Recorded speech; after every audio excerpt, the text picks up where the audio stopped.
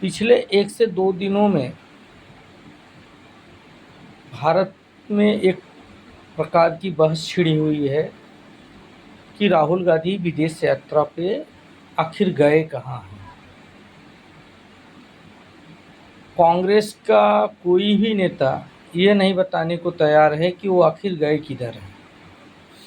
इसके पहले वो यूरोप, अमेरिका, ब्रिटेन जहाँ भी जाते थे तो कांग्रेसी नेताओं के द्वारा बताया जाता था कि वो यहाँ पे गए हैं, इस यूनिवर्सिटी में इस छात्रों से बात करेंगे, उस यूनिवर्सिटी में उस छात्रों से बात करेंगे। तमाम इस तरह की बातें कांग्रेस के मुंह से सुनने को मिलता था उनके नेताओं के द्वारा।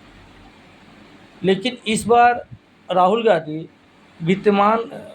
वियतनाम गए हैं विदेशी यात्रा पे,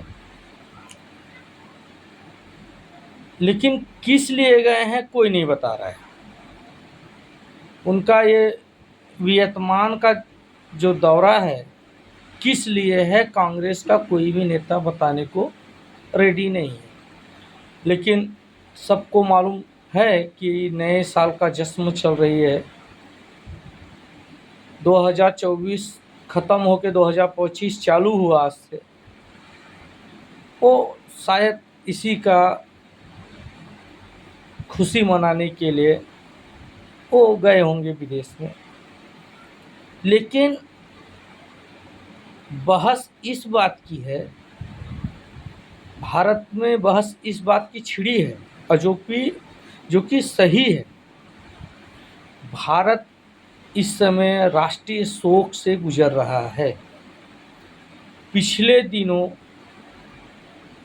पूर्व प्रधानमंत्री मनमोहन सिंह जी का निधन हुआ। भारत सरकार 7 दिनों का राष्ट्रीय शोक घोषित किया है। इस समय सभी नेताओं के जो भी दौरे थे सब बंद है, सब अपने दौरे को कैंसिल कर दिए हैं और कोई भी बाहर का दौरा नहीं कर रहा है। लेकिन भारत के विपक्षी नेता राहुल गांधी जी को ये चीज़ नहीं समझ में आई कि आज भारत एक राष्ट्रीय शोक से गुजर रहा है तो हमारा ये विदेशी यात्रा उचित नहीं है। राहुल गांधी जी अभी 2 से 3 दिन पहले तक मनमोहन सिंह जी के अंतिम संस्कार को लेकर काफ़ी विरोध किए कि उनका अंतिम संस्कार निगमबोध घाट पे क्यों किया गया। उनका कहना था कि उनका अंतिम संस्कार वहाँ हो जहाँ उनका स्मारक बने। इस बात को लेकर काफ़ी वो विरोध किए कि उनका अंतिम संस्कार निगम बोध घाट पे नहीं होना चाहिए था, वहाँ पे करके भारत सरकार ने उनका अपमान किया है। लेकिन शायद वो भूल गए हैं कि वहीं पे फिरोज गांधी जी का भी अंतिम संस्कार हुआ है। आप स्मारक की बात करते हैं, शायद उनको पता नहीं है या वो जान के भी वो राजनीति किए थे।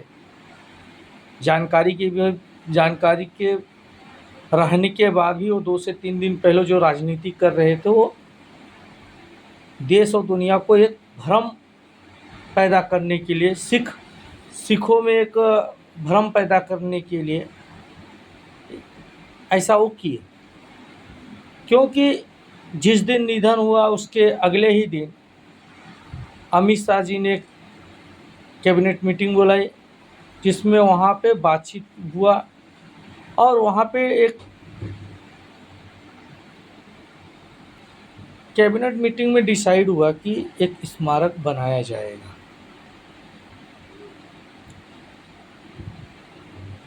कैबिनेट ने कांग्रेस के राष्ट्रीय अध्यक्ष को भी बताया और मनमोहन सिंह जी के परिवार को भी बताया। उसके बाद भी राहुल गांधी जी ने काफ़ी राजनीति की है। आप मनमोहन सिंह जी के लिए बोलते थे वो हमारे परिवार के सदस्य थे। ये बताइए आप देश की जनता को, जब देश राष्ट्रीय शोक में गुजर रही है तो आप ये विदेश की यात्रा कैंसिल नहीं कर सकते थे? ऐसे समय में कौन नए साल का जश्न मनाने इतने दूर जाएगा?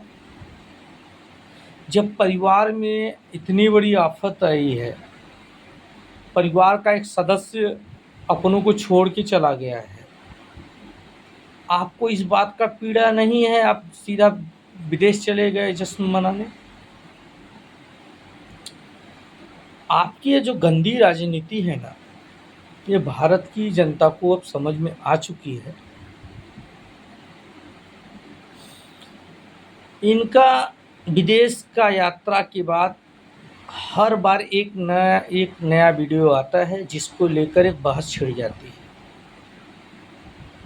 इसके पहले भी उनकी एक यात्रा पे पता चला, एक वीडियो आया जिसमें वो बोलते थे कि सिख का अपमान होता है, उनको कड़ा नहीं पहने दी जाती है। फिर उन्होंने एक बार बोला कि भारत में डेमोक्रेसी ख़त्म हो गई है। फिर बोले कि भारत में सांसदों के माइक बंद कर दिए जाते हैं संसद भवन में। इनके तमाम ऐसे विवादित बयान हैं जो कि एक बहस छिड़ जाती है उनके बयानों से लेकर। उनके जो बयान आते हैं वीडियो के माध्यम से जनता के पास, उसको लेकर एक बहस छिड़ जाती है। कभी बोलते हैं चाइना इतनी ज़मीन हड़प ली, उतनी ज़मीन हड़प ली, चाइना से भारत पीछे है, भारत का डेमोक्रेसी ख़त्म हो गई है, भारत में अल्पसंख्यक सुरक्षित नहीं है, भारत में सिख सुरक्षित नहीं है। इनके तमाम ऐसे बयान आते हैं विदेशी दौरे पे जिसको लेकर एक बहस छिड़ जाती है। ये जब भी विदेश जाएंगे इन पे प्रश्न उठेगा तो कांग्रेस के नेता बोलेंगे उनका एक निजी मामला है, उस पे हम लोग नहीं बोलेंगे। इसके पहले उनको एसपीजी का सुरक्षा मिला था। एसपीजी के अधिकारी बताते थे कि ये बिना बताए चले जाते हैं, हम लोग को सूचना नहीं देते। ये 2015 से 2019 तक 247 यात्रा किए हैं। इस यात्रा का जिक्र अमित शाह जी ने संसद भवन में भी कर चुके हैं। ये 5 सालों में 60 से ज़्यादा यात्रा किए हैं। 2015 से 2019 तक कितना यात्रा एक विदेश में आखिर किस कारण से करते हैं? 600 बार इनका परिवार बिना बताए विदेश का यात्रा किया है। मतलब वो यात्रा पे चले जाएंगे, यहाँ उनको जो सुरक्षा गार्ड मिले हैं उनको कोई सूचना नहीं देंगे, जो ऑफिसर इनके सुरक्षा में लगे हैं उनको कोई सूचना नहीं देंगे कि हम जा रहे हैं, कब तक जा रहे हैं। 600 से अधिक बार ऐसा हुआ है। ये राजनाथ सिंह जी ने भी इसका एक बार जिक्र कर चुके हैं कि 600 से अधिक बार इनकी परिवार गई है जो कि सूचना नहीं दी है कि हम कहाँ जा रहे हैं, कैसे जा रहे हैं। आरटीआई पे कई बार लोगों ने सवाल पूछा, आरटीआई के माध्यम से पूछा कि इनका विदेशी यात्रा कहाँ था, कितने खर्चे हुए, कैसे हुए, कौन से फंड से खर्चा हुआ, इनका खर्चा कहाँ से हुआ, उसकी भी ये लोग जवाब नहीं देते। चाहे इंदिरा गांधी जी, चाहे सोनिया गांधी जी हों, चाहे प्रियंका हों, चाहे राहुल हों, इनका कोई भी परिवार का सदस्य विदेश जाएगा उसकी सूचना भारत के सुरक्षा बलों को नहीं देते। इनके सुरक्षा के लिए लगे जवान को भी नहीं पता चलता ये कितने दिनों के लिए यात्रा पे गए हैं और कहाँ गए। बांग्लादेश का एक पत्रकार इनके ऊपर कई आरोप लगा चुका है विदेशी दौरे के लेकर। इनको तो यहाँ तक कि वो बोल दिया है कि एक शादीशुदा है, ये अपने परिवार से मिलने जाते हैं। बांग्लादेशी पत्रकार ने यहाँ तक इनके ऊपर आरोप लगाया है। आज तक गांधी परिवार से उस बयान को लेकर कोई खंडन नहीं हुआ, न बांग्लादेशी पत्रकार को बोला गया इनके माध्यम से कि आप इस तरह के बयानबाजी न करें।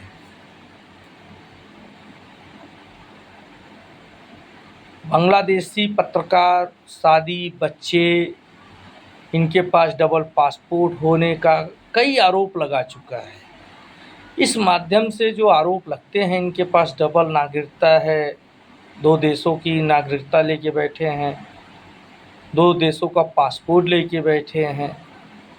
आखिर इतने गंभीर जब आप पे आरोप लगते हैं, आप उस पे सफाई क्यों नहीं देते हैं? जनता के सामने आपको आके बताना चाहिए, ऐसे लोगों के ऊपर कार्रवाई करना चाहिए जो कि आपको आपके खिलाफ एक भ्रम जैसे मैसेज को जनता के सामने छोड़ते हैं।